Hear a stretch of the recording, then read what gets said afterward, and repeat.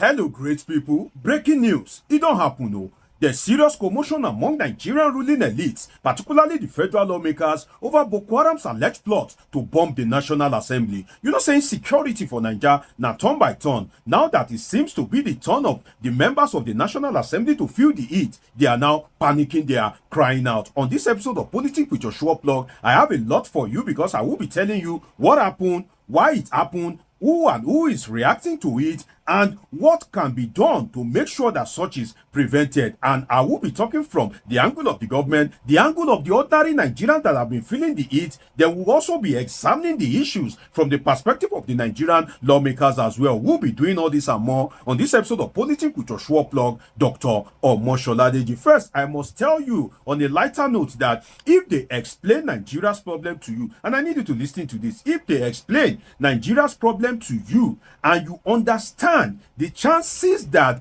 your chances of running mad is quite high. Apologies in that regard, but the truth is that if they explain Nigeria's problem to you and you just understand it, definitely your chances of running mad is very high. Because if you look at what is happening in Nigeria, how do you explain it that a nation that just survived a military coup allegedly, and before you could say Jesus is Lord, what is happening again? Well, your guess is as good as mine that Boko Haram want to bomb the National Assembly. Imagine, God forbid, if the coup had been successful and Boko Haram successfully, God forbid, bomb the National Assembly. Look at where that will leave Nigeria's leadership and democracy. And that is why the earlier the people at the helm of affairs, the earlier they take things seriously, the better for all of us as Nigerians.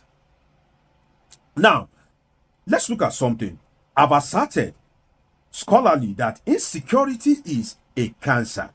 It spreads, and if you are not careful, it will go round. What do I mean by that? Insecurity is a cancer in the sense that if there's something that is happening and you as a government are not decisive to nip it in the bud, then you are only breeding a cancer, and cancer doesn't know how to just stay calm. If you give it a breathing space, it will start spreading, and that is what is happening. Insecurity in Nigeria, it has affected the people in Zamfara, it has affected the people in Yewata, Benue State, people in Taraba, all across Nigeria, and now it seems to be getting to the untouchables, who happens to be members of Nigeria's National Assembly. And I can tell you as a Nigerian, a bona fide Nigerian for that matter, that till one major person, one of these politicians, till one major person or institution is affected, no concrete action will be taken. Till one major person, one prominent Nigerian is affected, or God forbid that that insecurity affects they and their family,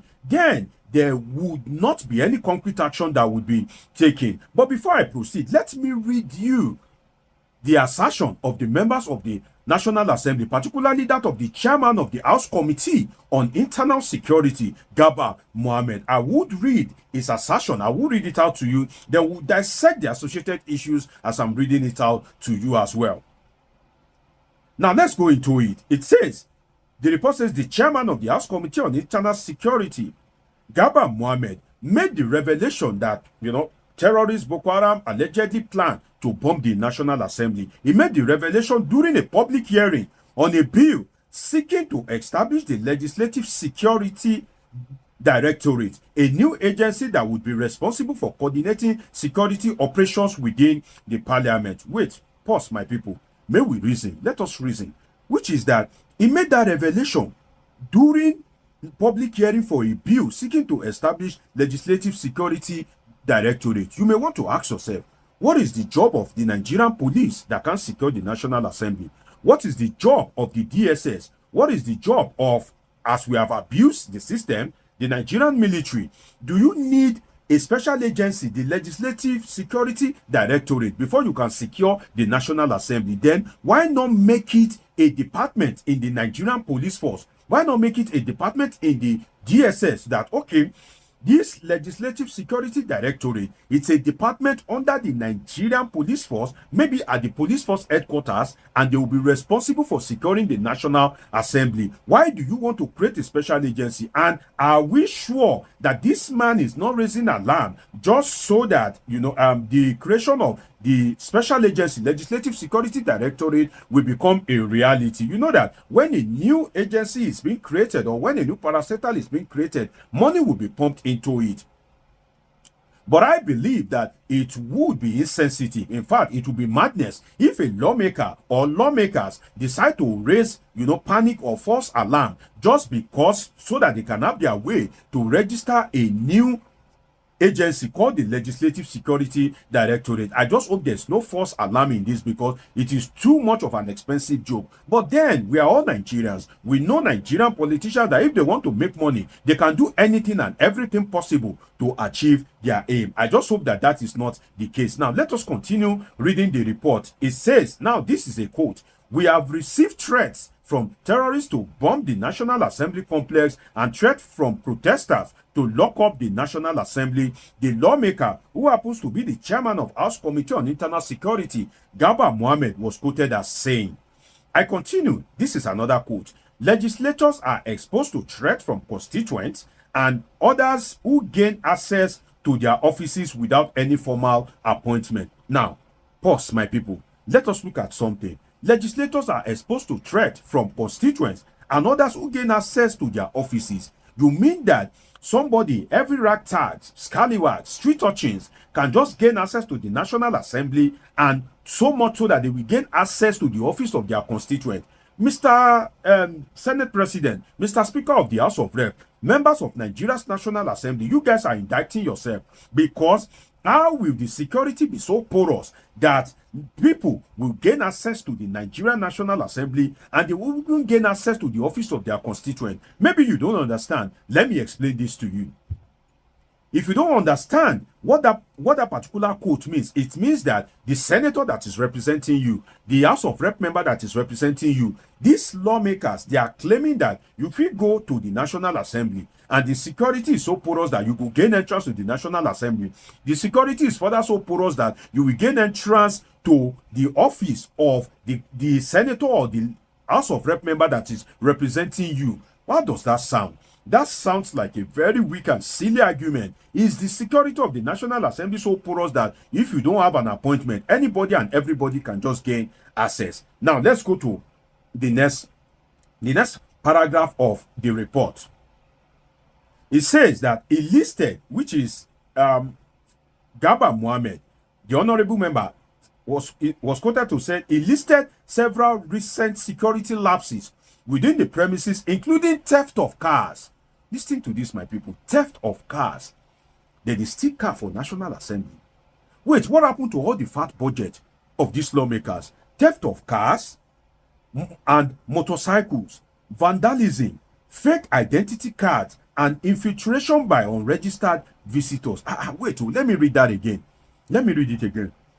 He listed several recent lapses within the premises, including theft of cars and motorcycles, vandalism, fake identity cards, and infiltration by unregistered visitors. I had to read it again just to make sure that my eyes is not deceiving me. You mean that for the premise of National Assembly, then they steal car, then they steal motorcycle, then they vandalize for National Assembly, the seat of Nigeria's legislative power, the symbol of Nigeria's democracy, then they use fake ID card.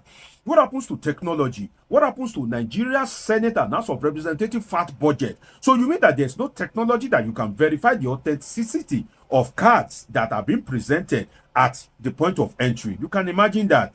And it says, warning that the legislative complex has become increasingly porous. At this stage, I can tell you that if it is porous, it is not Nigerians that you will blame. Who you are supposed to blame is the leadership of the National Assembly. Because during the time of Ahmed Lawan, during the time of Bukola Saraki, the Nigerian National Assembly have always had this fat budget. They will be the one that will preside over the budget. In fact, they have been accused of budget padding. So it's not that adequate money is not being released. The question is, what is happening to the money that is released to the leadership of the National Assembly?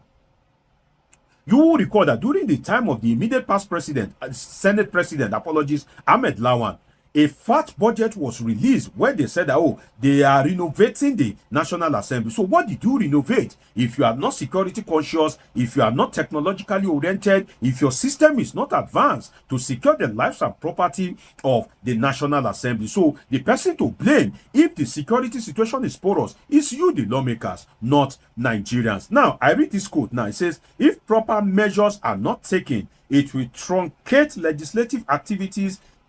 It will truncate legislative activities. If activities are thwarted, there will be no representation, no oversight, no annual budget, no plenary at all, and that will destabilize democracy and the stability of our nation. Well, my reaction to that is, Oga, no threatening us. We know there for that one.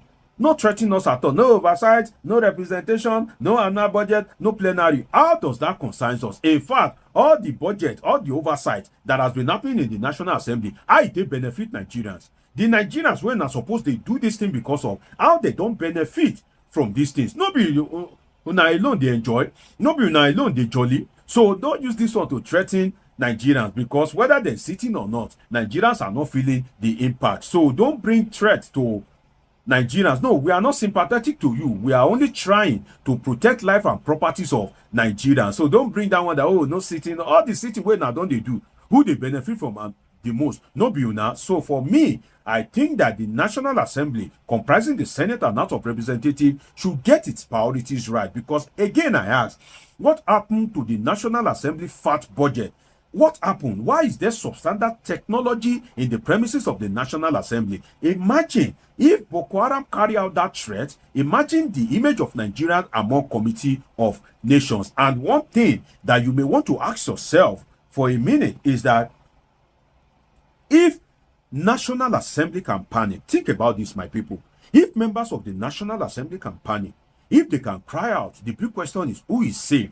Because if the person that is supposed to save you is running, then who will save you?